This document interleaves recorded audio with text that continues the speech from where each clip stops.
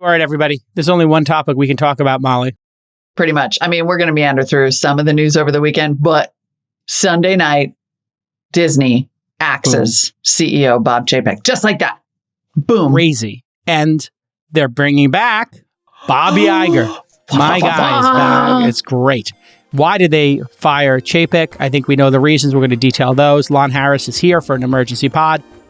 We're going to talk about EQ, IQ, parks, ScarJo. Talent management, business. All this stuff. It's like Iger's back, but he's wearing the 4-5 like Jordan. This is going to be his second time. I have a prediction. I got a hot take, a la Bill Simmons style, about what Bob Iger is going to do this time around. I think it's going to do another three-peat. It's going to be a great show. Stick with us. This Week in Startups is brought to you by OpenPhone. As a startup founder, a lot of mistakes are easy to roll back, but using your personal cell phone number as your company number isn't one of them. OpenPhone makes it easy to get business phone numbers for you and your team, right on top of your existing devices. Visit openphone.com/twist to get 20% off your first 6 months. Crowdbotics. Great ideas can change the world. And Crowdbotics is the fastest way to turn those ideas into code. Get a free scoping session for your next big app idea at crowdbotics.com/twist. And Supergut is the easiest and tastiest way, clinically proven, to regulate digestion, curb cravings, and boost energy. Get 30% off their delicious shakes, bars, and fiber mix at supergut.com with code TWIST. Hey, Molly, how are you doing? I'm not crying. I'm not crying. No, it's okay. It's going to be all right. It's going to be all right. Well, I'm it's not tears of 100% joy. sure that's true, but I'm pretty sure. It's tears of joy. How great For two reasons. One, my Vuity, my little eye drops that I take, they make my eyes a little red. So I got to take them long before we go on air because, as you can see, my eyes get a little bloodshot for the first 5 minutes of taking these. It feels like you put a little pepper in your eyes, if I'm being honest. That's fun. Doesn't sound that fun to me. But then, and I'm not making this a commercial for Vuity, Vuity, modern medicine. But ask your doctor about Vuity. However, when I use Vuity, my eyesight gets better from an eye drop. It's very strange. It's pretty amazing. And I will say that I forgot to bring any cute readers upstairs today. So I'm rocking the Magoos, and nothing makes me wish that I had Vuity more than the Magoos. Oh, that's your big, thick glasses. Your big, I feel like Mr. Magoo in these things. It's a look. It's a look. They're my backup. I mean, it is kind of a look. I look very... And it's a new outfit today, if I may. I look very CEO of What's Her Butt, CEO of Alameda Research right now. I just want to say it's a new outfit today. You look great. It's very autumn-y. It's very autumn-y. I mean, we're colors, not... Thanksgiving week. We're on Air Talent. We're allowed to comment on each other's visual appearance. We're allowed to. Yes. She's allowed to point out that I look like I'm crying and wearing a stunning blue tee. And I look stunning. A little salt. I got a little salt in the hair. Trying to get a little lift in the hair. But I like the gold. The jam. Yeah, the salt thing is a jam. Thank you, producer Nick. But I like the gold necklace and I like the Magoos. I think it's a good look. You got a good autumn look. It's on trend. Thank you. I appreciate it. That's right. Right. Please stop. Don't say it. Don't say it. R.I.P. my mentions. Oh, yeah. It's a long weekend.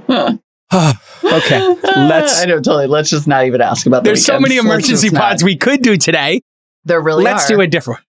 We are so excited to have huge breaking news yesterday that was not about any of the things that you think it's about. Not Trump. Not Trump.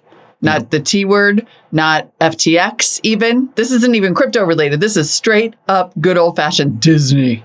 And we need a little Disney in our lives. After Trump, after FTX, Luna, Terra Luna, Theranos, how about a little chaser? Oh, yeah. God, that's a little chaser. We didn't even talk about 11 years for Elizabeth Holmes. I said 5 to 10 years is what she would get. Somebody got to pull the tape, but she got 11. I was kind of shocked by that. I'm not going to lie. I think appropriate. If you look at mad at that lady. Yeah, I mean, committing fraud at that scale, like Enron or Madoff, those were multi-decade sentences. I believe Jeff Skilling from Enron was 21, and I think Madoff was even more. So I think we are shocked because we don't consider white-collar crime, like as big of a crime as stabbing somebody or, murdering somebody, right? I think, yes. I will say I am shocked because normally we don't punish white collar crime. Right. Like you look at the 2008 collapse and nobody went to jail, and the Sacklers are still out here like with their own personal fortune intact after what is effectively like genocide. Like we don't, I mean, Madoff, yes, got 150 years in prison, but that was multi billions of dollars. And so to me, I was like, people never get held accountable. And relative to that, Theranos was actually kind of small. I'm just glad that we have some of these examples now so we can point founders and capital allocators to, hey, listen, crime does not pay. I hate to reinforce this because I felt like I was being, what's the word? I was becoming the turn the music down guy at the party. And I'm like, listen, like, we do have neighbors. Accounting. Yeah. I'm like, we have neighbors. We could have a party, but it is 2 a.m. We could turn the music down 20%. We'd still be able to dance to it. And people are like, no, put the music up. It's 2 a.m. We have to go effing crazy. I'm like, but we do have neighbors. And I happen to know that the neighbor 2 doors down has a new baby. Let's maybe 7. And then I'm like the guy taking the Sharpie. And, there's a guy who puts the Sharpie and he just puts it on the volume thing to say, like, that's the volume we can go to. I'm like that guy. I'm not actually familiar with that, but that's amazing. I was at a party one time. Want to do that. And there was a line on the guy's receiver. That like a parent had put there or he had put there? He had put a line that he had negotiated with his neighbors that they would not call the cops if it was at this level. It's an apartment building. That's a New York party. Yeah. Ours were more like a big ranch in the middle of, or like a farmhouse in the middle of nowhere. Oh yeah. Go crazy. Yeah. Start a bonfire. And then we had a rule when I was growing up, which is if the cops come in cars, not a problem. But if a paddy wagon shows up, you take off through the backfield and you jump the barbed wire, you get away. Yeah. The cars can only take 2 people each, or maybe they have to put 1 in each. So you're good. Odds are good. If a wagon comes. Anyway, serious. Congrats to society. And Balwani's going to get worse because he did worse in his and trial. Let it be the return. I mean, right? Like you're being, all of that is being borne out right now. Like being the crabby old guy on the front porch. The music down guy, it turns out has been the right strategy all along, because every time one of these stories comes up, it starts at the exact same place. No governance, no diligence, and frankly, no basic accounting. Suddenly I know what it's like to be Bill Gurley. When Bill Gurley was like, well, maybe we should go public. And I don't know if the unit economics were better, that might be good as well. And people were like, unit economics, go public, screw it, let's go.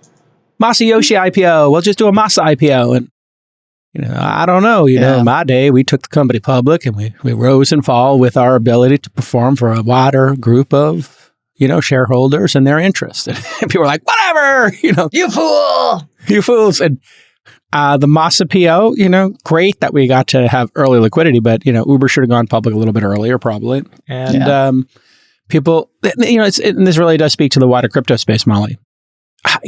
Again, I was the turn the music guy, or I was the I don't get it guy when they put the song on. I'm like, this actually isn't good music. Right. I'm like, no, this is the greatest. This is the greatest dance music ever. I was like, no. I'm like, no, this isn't the greatest music ever. No, I think if you put on some classic rock, that could be the greatest music ever. Or if you put on some Kanye or Jay-Z or Biggie Smalls, that could be the greatest. This is not the greatest music ever. And they're like, no, you're wrong, J. Cal. This Luna that you just can't understand, Terra Luna. And I'm like, I can't understand it. Right. So but I'm not going to. Is that my fault, or because I'm not the smartest guy, but I'm not dumb. And I can't understand this, and you can't explain it to me. Yeah. And I was constantly on the pod like, wow, this is incredible market cap. How many people are using the product? But when does the product launch? And they'd be like, I'm like, how many developers work on this? That was a question I started to ask in the end. That was a good one. Yeah. And they're like, 8. I'm like, 8 developers divided into $3 billion. 400 million per developer? I liked it when you would be like, what does the product do? But what is the value that the product creates for the customer? What does it do? Yeah. And no answers. Honestly. Being right about crypto is just, it's bittersweet because I didn't make any big money on crypto. Yeah. And so it's like, I missed the grift, and I don't know. It doesn't feel like I get some big high five for being right about it, being a giant scam. So I don't know. I got burned so early that it kind of helped me just never get back in. Well, it's immutable though, Molly. Just always remember. The blockchain is immutable. Yeah, right. It's immutable. It's out there somewhere. I'm sorry. Is that immutability? How does that help me? But I'm like, okay, you can't change it because that was how the databases used to work. You had to redo the database. It was immutable. And then we made them so you could change them, and it was easy to change them. And they didn't go down. It's immutable as a feature. Okay. Anyway, let's do this chaser. Listen, lots of founders are loosey-goosey with their personal phone numbers, and that causes tons of downstream problems. You start putting your personal phone number in company documents, you start using it for sales calls, and that makes things messy. You won't know who's calling. Is it a sales prospect? Or is it someone from your kid's school? You don't want to get random calls. OpenPhone helps you create a business phone number for you and your team in minutes. It's very simple. You download the smartphone app, you download the desktop app, whichever one's your jam, or both if you're like me. Just install the app, you get a number, you're done. No need to carry two phones anymore. And by the way, we use this at our company because we wanted to have customer support phone numbers. We wanted our sales team to have numbers. And OpenPhone is really good at filtering out all the spam and the scams. And you can do all kinds of interesting routing things. If you got an existing phone number, they'll port it over, no problem. It's their pleasure to do that. OpenPhone, they say it's affordable. I say it's too cheap. Based on the product I'm getting, I would pay triple. But hey, listen, it's their business. They can charge what they want. They decided to start at $10 a month. Twist listeners, on top of that, since OpenPhone love startups, are going to get an extra 20% off any plan for the first 6 months. But you have to sign up at my URL, openphone.com/twist. And if you've got existing numbers, again, just port them over and start saving money. OpenPhone.com/twist today. OpenPhone.com/twist today. Great job. It's a killer product. This news came out yesterday in all caps, and I frankly did not actually believe it at first, but it appears to be true that in one of the most shocking stories in tech and business since at least last week, Bob Chapek, shout out to Nick on that one. Shout out to Nick and Bob Chapek. We hardly knew ya. Pulling a Liz Truss. He is out as CEO of Disney, and Bob Iger is back in charge. What? And this is one of those where we don't want to brag, but we have literally been covering the story from the jump. Yeah. And we'll get to that in a minute because I'm also taking a little victory lap on this. Disney stock up 7% on the news. A great day for J traders. Still down 38% year to date, but Iger is back effective. In case you're wondering if this is voluntary on Chapek's part, Bob Iger is back as CEO effective immediately. And Bob Chapek has, quote, stepped down. Iger has agreed to serve as CEO for 2 years with 2 mandates from the board. One, set the strategic direction for renewed growth. Disney's revenue last quarter only grew about 9% year over year and missed expectations. And 2, work closely with the board in developing a successor. And by this, I think they mean a better one than the one you chose last time. All right. Remember a couple of things about Bob Chapek. He's unlikable. And in a business, and I hate to I think the kids call this based. But in Hollywood, in my experience, having spent 10 years living in Los Angeles and hanging out with Hollywood people, man, they get glad handled. I mean, if you're a celebrity, man, they treat you really well. And it's a relationship-based business. You got to be super high EQ. You got to make people feel good, especially if you're doing the tentpole stuff that defines Disney across these properties.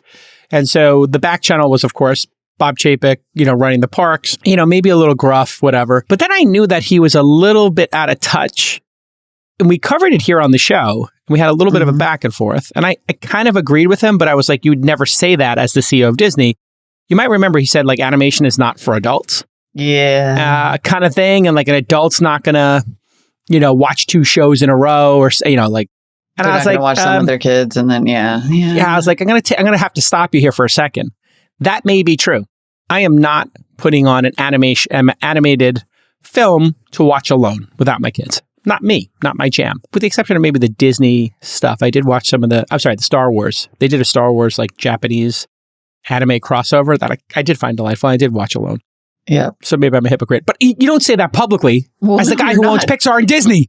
Right, you're not a hypocrite. That's you're the guy from Starbucks being point. This is like who's the guy from Nobody's Starbucks? gonna have coffee in the morning, Howard Schultz. Yeah, it's like Howard Schultz coming out. He'd be like, cold brew, not my jam. Coffee gives me the jitters. Only kids eat that. Yeah, he did a lot of that was stuff weird. all in a row. And actually, this might be a good time to go to this video from back in the day, not right this second, but like immediately when he came on, right? It was just misstep after misstep after misstep, most of which seemed to be related to both EQ and maybe a little bit of like ego. Okay. And that I have been on this guy since day one because I just was him. I don't know why you didn't like him. You just had a bad sense? Because EQ really matters, maybe. But here's why I didn't like him. Here, there's an 85. I'm doing the J Cal. I'm having a victory lap about my rightness. Here's an 85-second clip in March talking about. So you remember there was that fallout, just as a setup, between Iger and Chapek or Chapek, whatever. We're just going to call him both on the pod to cover each possibility because nobody seems to even have consensus on how to say his name. But there was that big fallout between Iger and Chapek because like Iger had retired, but wouldn't really leave. And he had postponed his retirement a couple of times. There was a big to-do about Scarlett Johansson's pay for Black Widow that he handled very clunkily, right? He was just like, she got paid the same. And then a couple other things all at once. And here's what I said in March, talking about some warning signs. When this starts, I'm specifically talking about this quote to the New York Times where Iger basically was like, I feel like I should be around to help him. There were a couple ways for Bob Chapek to respond, right? One is, thank God, nothing like this has ever happened before. I welcome all of the input from the guy who ran this company for 15 years, who's beloved. But evidently, he just could not take this. He was so, I don't know. I mean, he got tweaked by it. Maybe insecure. Yeah, he got so tweaked by it that their relationship has deteriorated ever since. Iger, Bob 1, had postponed his retirement 3 times already. So if you put this in succession terms, Bob Iger is Logan Roy. Yes. And Kendall is there waiting for the job. And he keeps on not leaving. And then on top of that, you have these sort of moves by Chapek where people don't think he has good EQ, where there was that kind of like pretty ugly stuff about Scarlett Johansson and her contract about Black Widow. And then also, and I personally think this is just like a kiss of death move as a leader, the ultimate king move of taking away that P&L from each individual division and centralizing it under one. I mean, that's like business weeds, I know, but having worked at several house of brands, that's a mess. Yeah. And it makes people furious because you effectively say to a bunch of grownups who are running their own businesses within a business, sorry, no, we took that all away. It all adds up to a portrait of a guy who isn't that good at people. And what I actually find super interesting, like on top of all that, the cherry on the cake is like Bob Iger picked him. That's his hand-chosen successor. Yeah. Yeah, you nailed it. The EQ issue. I like the P&L issue, too. I had forgotten about that. That was a big one, too. For people who don't understand this issue, since we're moving pretty quick here, it's pretty straightforward. If you have a house of brands, let's say Condé Nast, and I may have explained it at the time, the New Yorker and Vanity Fair and Vogue had people in charge of them, like Graydon Carter or Anna Wintour, and they were kind of given their fiefdoms, right? They're like, okay, this is your world. Here's your floor of the building. Here's your budget. You go do you. Consider yourself the CEO of Vanity Fair. Consider yourself the CEO of Vogue. Now, if you give people the CEO-ish title and, that is manifested in a budget where it's like, keep the margin at whatever it is, 35%. Spend as much as you want to that margin, but we just need to see the margin be reasonable, and we want the top line to grow 20% year over year, and we're all good here. Here's your outcome we're looking for, and just manage to the outcome as opposed to manage the minutia. Now, in some businesses, you do want to streamline them and get alignment. In other businesses, you want to get some leader who wants to be a CEO. The perfect example would be YouTube. They put Susan Wojcicki in charge of it. She's the CEO. She runs that as her little kingdom there, and it's far from little. It was $50 billion or more revenue. And then other things, you kind of don't want it to have its own P&L because you want to absorb it. So Android or Chrome, you really want those things to be under Google. They serve the purpose of getting more people to search. You don't want somebody in Chrome running amok and saying, I just sold the search bar to Bing. Not the thing that should have its own king or god queen. So anyway, really interesting stuff coming out of Disney. Dude walked in and just straight up blew the place up and killed all his friends. Just like made sure he didn't have any friends left. And that is a problem. That becomes a problem. You need to have big political capital to do that. Like to imagine going to the imagine going to the Anna Wintour or the Graydon Carter, I'm dating myself with this magazine kind of stuff and saying, oh yeah, by the way, like you lost your keys to the kingdom. You're now the vice president instead of the CEO-ish or however you thought of yourself. And those people have power and then they come for you with all the knives. But he was fired. I mean, he was canned. They're saying he resigned, but this seems like he resigned like they held him over the side of the building by his ankles and said, like, you can take the elevator or we can let you go right here. Which one? And he said, I'll take the elevator. Yeah. So he gets 30 million. It is. Okay. We'll go to Lon in a minute for the dish in Hollywood, but I would be remiss if I did not point out the difference in board power between, Disney and let's say Meta. Like Disney has one bad quarter under Chapek, like a bad one. And they're like, you're out. Iger's back. The end. And then Zuckerberg lights all of Meta's free cash flow on fire. And the board's like, we can't really do anything. Yeah, it's $300 a share to a 90. Luckily, really see the difference. There was a backstop where everybody just said, we don't have to own your shares. Mm-hmm. And this is where governance matters. This is what we're seeing in the economy. The party is over. It's now 10 a.m. Some people are still, drinking, doing shots on lawn chairs at the front of the party. Other people are asleep. And this is going to be the hangover. It's going to be a couple of years of people trying to figure out how the party got out of control. And so, our RIP Bob Chapek. I wonder if he's going to be at the Oscars in the in memoriam section. Do they do dead careers? A murder. Do they do dead careers in more? That got cold in a hurry. Oof. Yeah. Cold. I mean, can this guy ever work again? As hell. I mean, it's bad.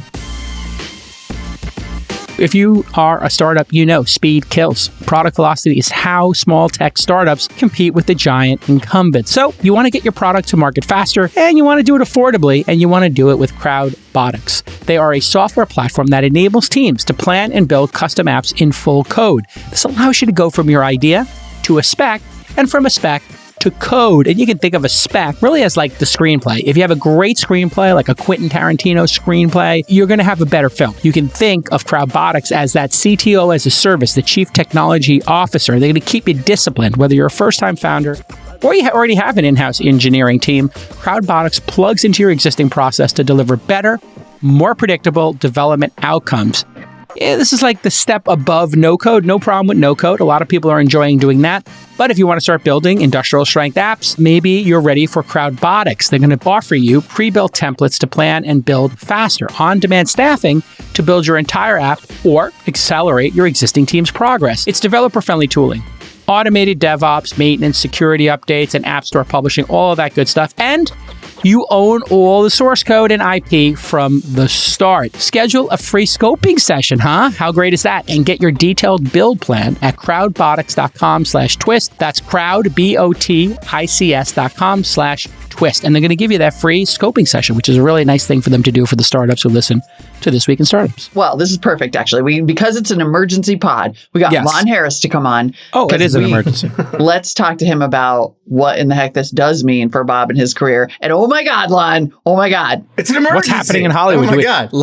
Are people running in the streets, yelling and screaming in Hollywood? This was crazy. Are scripts flying in the air? I don't go outside, obviously, so I don't know what it's like out there. But my whole feed on Twitter it was amazing how instant the changeover was. That one moment it was just normal Sunday night, and then the next it was just Iger back in, Chapek out. It was a flood all of the side. I thought it was a joke at first, but no, very real. I did too. I was like, "There's no way." I'm like, boards don't act that fast. Oh my God, Sunday they do. Night pre-holiday week news dump. Yeah, wow, they. I mean, they whacked him coming out of church. That's cold. And it is almost every time this happens. Almost every time this happens where a studio dismisses the top person, there's a coup or whatever. There's always some kind of soft landing in the write-up. It's always they're gonna go back to producing, or they got a new deal secured here. Chapek, nothing. It literally one line in Deadline, which was Bob Chapek left the role immediately or something. That was it. And there's nothing else he's done. So yeah, I don't think he's going to have much of a second act. That seems like this was. I cannot stop.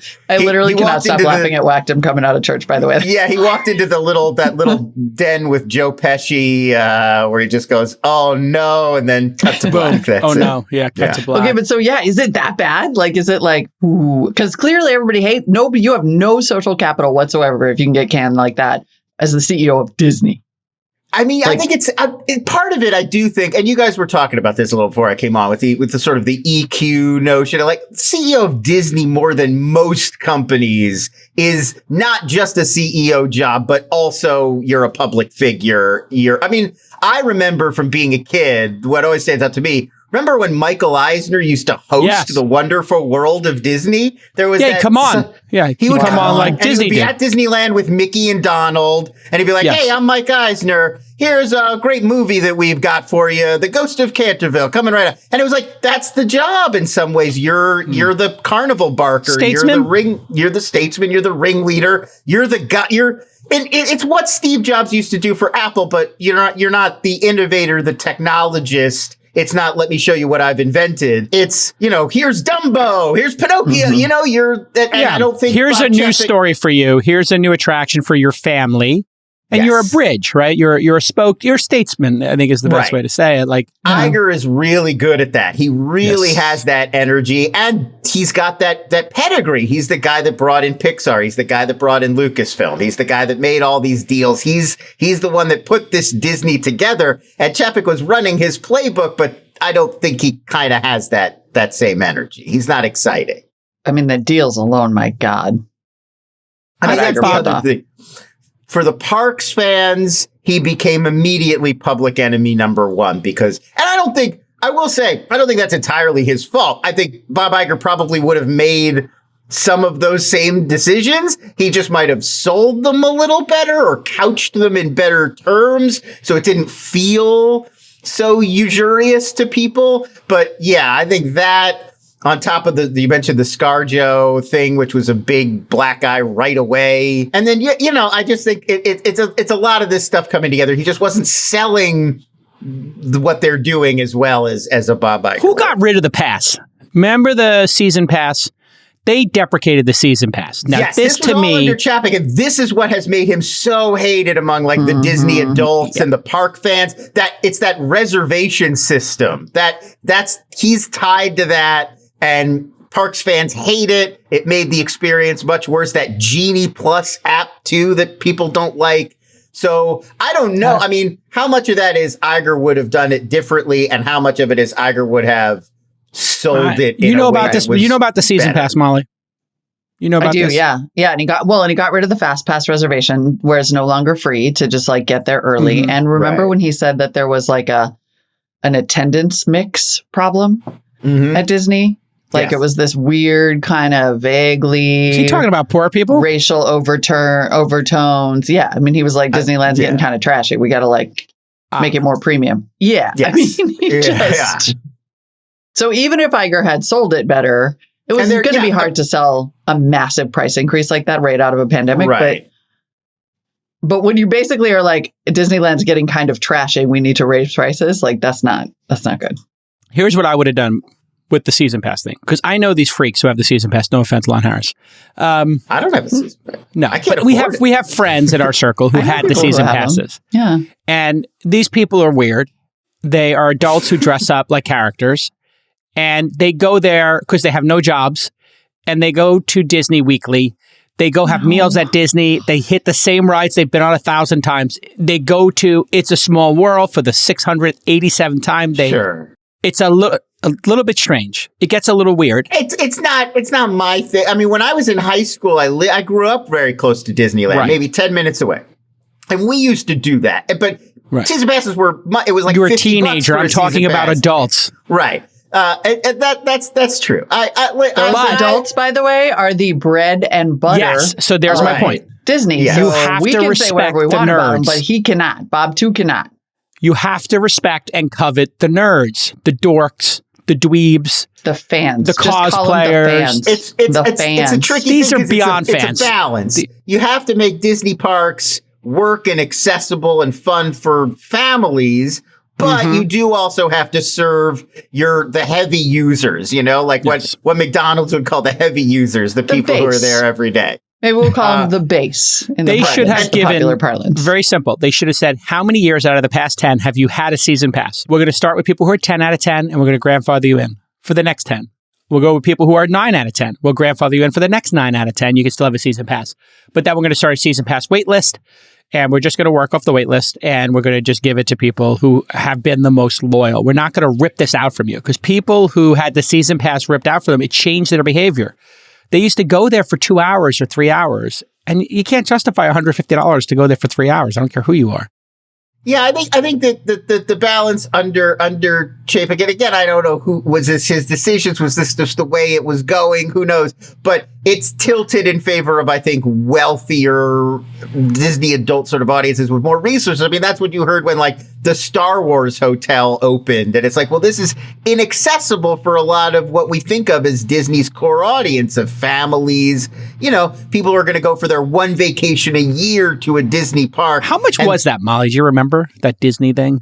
It was the Star Wars $4 or $5 a night or something. It was wasn't it? $5,000 per person. But you would pay for the whole trip, which was I think 2 nights or 3 nights. But yeah, it was thousands per person. I mean, it was insane. But then was it only parks that because there was also, we talked about him consolidating the P&Ls. He fired some people on the media side, if I recall correctly. I mean, folks were upset about that.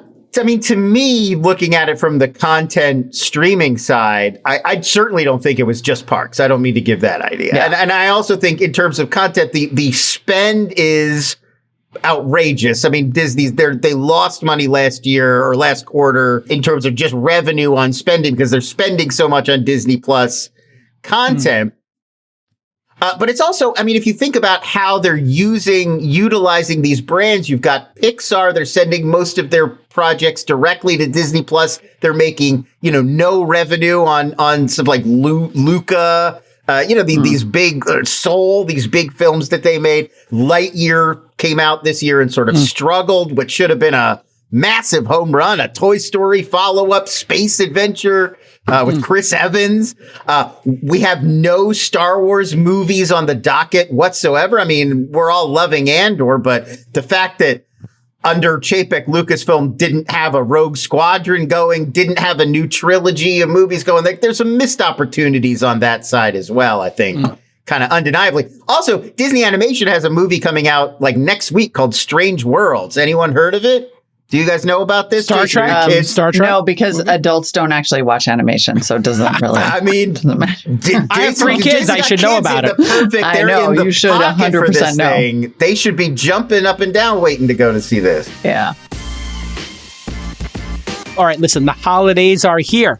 Thanksgiving is coming up in but a few days, and for many of us, it's a hard time to maintain good health. You got lots of eating, you got a little drinking, maybe you're traveling, maybe you're making just bad decisions. No judgments there. But the secret to surviving the holidays, well, that's a well-balanced gut. So you need to check out Supergut, my bestie Freeberg's company. I love Supergut. I've been using it for the past 18 months. He turned me on to this over the pandemic, and it is a breakthrough. This is a nutrition company in the gut health space. The bars are delicious. The shakes are delicious. And they have that unflavored fiber mix that you can add to almost anything, and that will keep your stomach right. It's going to improve your digestion. It's going to curb the cravings, which is what I needed help with.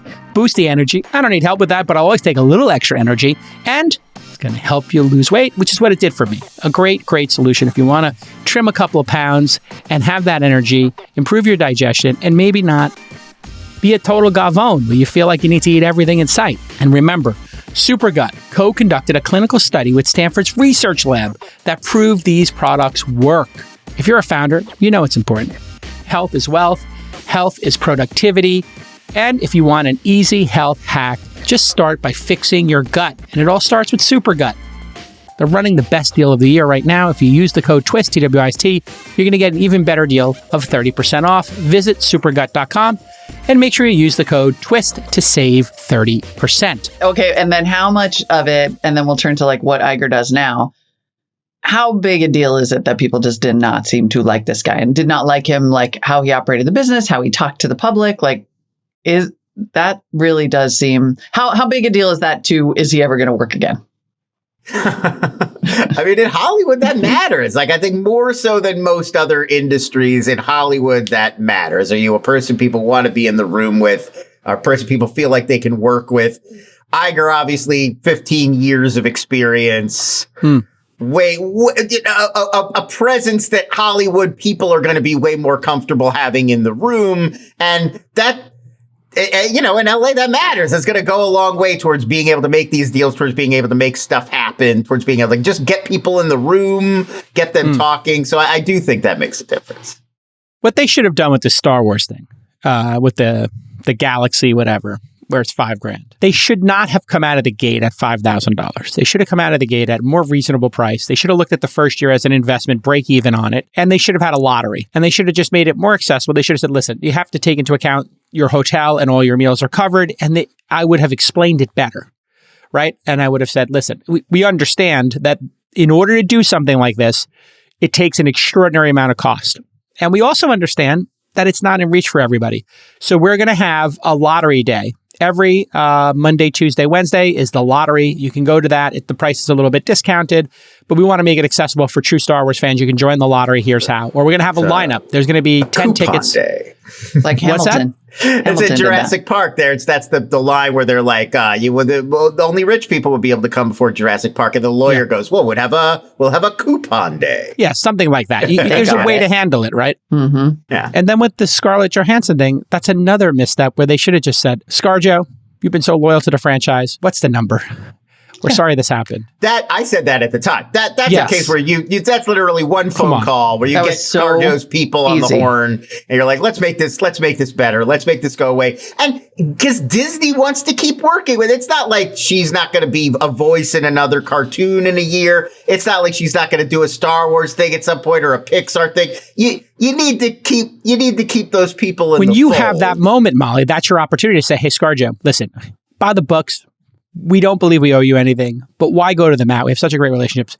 And do you have an ask? Fault a pandemic happened. Right. And do you have an ask? And she'd be like, well, my ask is $100 million. Okay, well, nobody's ever gotten paid that except Robert Downey Jr. He took the thing. He obviously is a bigger pull than you, but you are so important to us. How about we go $60 million and you just agree to do these 4 extra appearances / in this movie, we'll give you $10 million for doing 1 day's work 4 more times. It gives us an option to keep the character alive, and maybe we can do, because I think this is probably what you want. You probably want to do a Black Widow too. We'd like to invest in you and invest in the relationship. I mean, I could be the CEO. You really could be, because I just honestly, you see how I'm making you guys, look at you guys are smiling. I want to invest in the relationship, Molly. That is true. That is excellent EQ right there. That is outstanding. I want to invest in the relationship. I think we both want to see Black Widow become a franchise? Right. Like, don't we want to have a 2 and a 3 like we did for Iron Man? So let's be reasonable here. We have to hit our quarter. It's not good for any of us that the stock goes down. We can't take too much of a hit. Let's just do this quietly. Julio Flores in the chat room brings up a good point, which is that there was concern about setting a precedent about these streaming deals. That's why you don't pay her. Here's what we owe you from this back deal. No. You just say, like, let's make a new deal. Keep her as friends. It doesn't set a precedent on what happened with Black Widow. It's just a new deal with Scarlett Johansson that it's a bribe. But it's good business because now you're on the bribe. You sound like my daughter when I pay to jump the line. Yeah. It's not a bribe. It's an understanding. You're coming to an understanding. It's a quid pro quo. Not even. I made a mistake. I didn't make a reservation. You work for tips as part of your compensation. I am understanding that I am inconveniencing the restaurant and the hostess. Oh, I just dropped this 50 here. I hope nobody picks it up and walks away with it. No. It's right. It's so much easier than that. I take the 50. I put it in my hand. Nobody sees it. I cut the line. I go right to the front. Sure. I said, I'm so sorry. I'm Jason. I'm sorry I didn't catch your name. Molly, I'm so sorry. I thought I made a reservation. I now realize I didn't. If there's any way you could check, in case I did, it's Jason Calacanis. If you could take a look, and I'm really sorry for the inconvenience. I got my daughter with me. If there's anything you can do, I mean, she loves this place. And then she said, now my hand is on the hostess desk, and I slide the hand over, and you see the 50. The hostess then puts her hand on top of my hand and says, Jason, let me see what I can do. Yeah. And she's just the hand, move it over. Now you see the 50. put the hand, you swipe it. And that's what Scarlett Johansson would have done. I would have said, hey, how about we talk about Black Widow 2? Maybe we give you a $25 million enhance. And would you come to the 75-year Jubilee and would you introduce me? And then maybe we could do a fireside chat. That would be really meaningful for me if you showed up for me.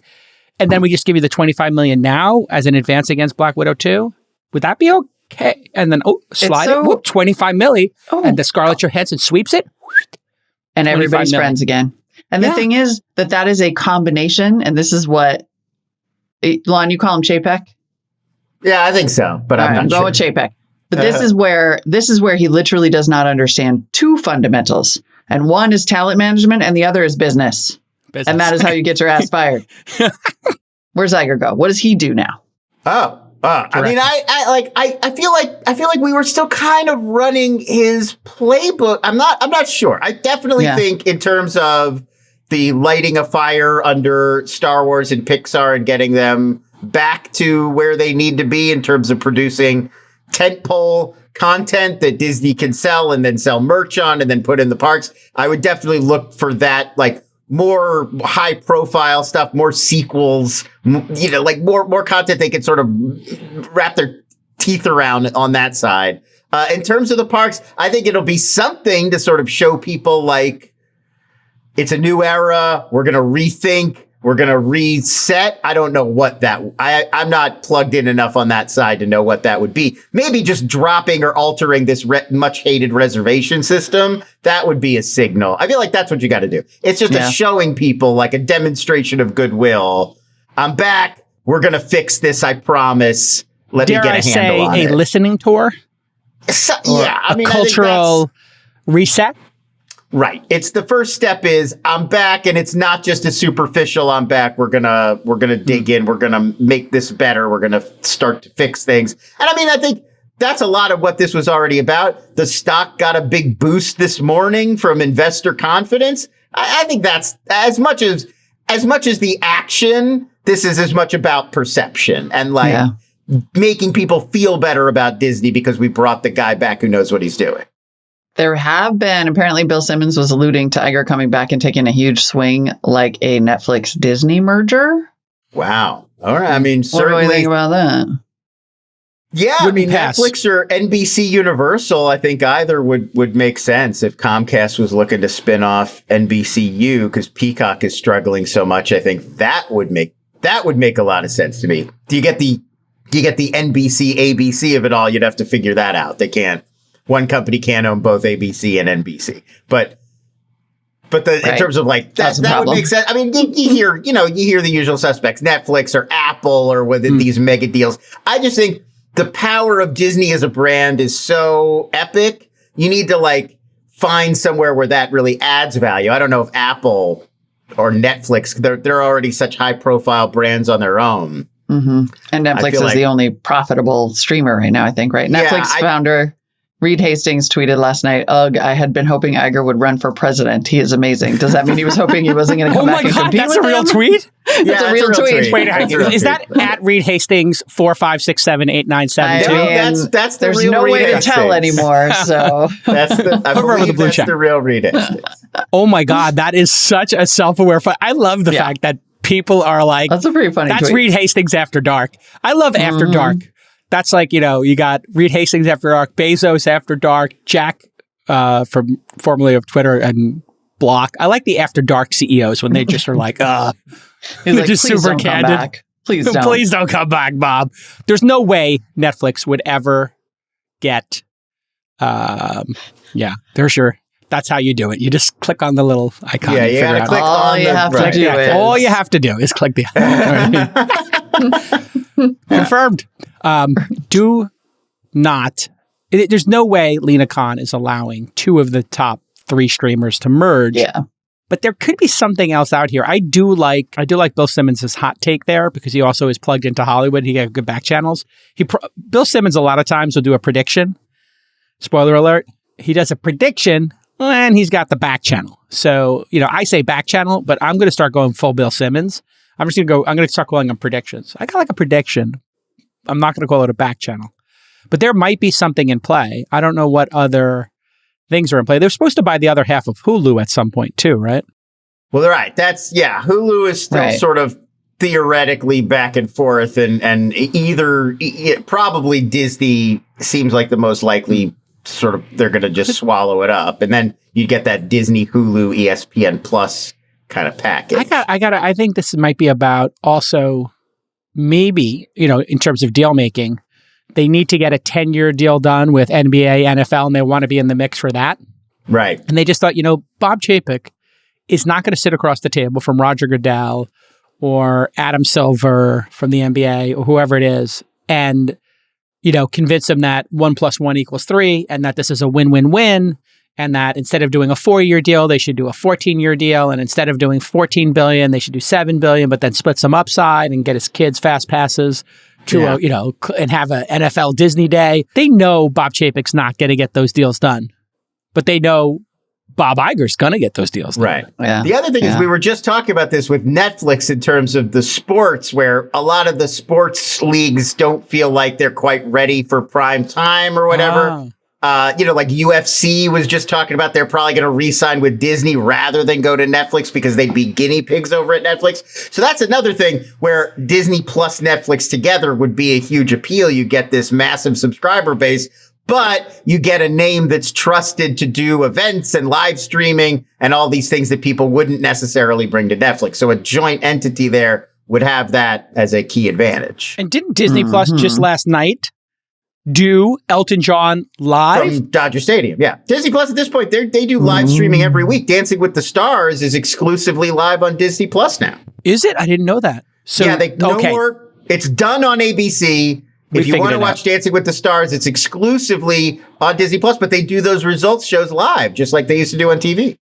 Are they going to buy AMC? Maybe it's theaters, and they're just going to do live events like crazy. There's the AMC of it, and then there's the Stars Lionsgate. Because at this point, Stars and Lionsgate are going to split probably the film studio and then the Stars network, and those could go to companies as well.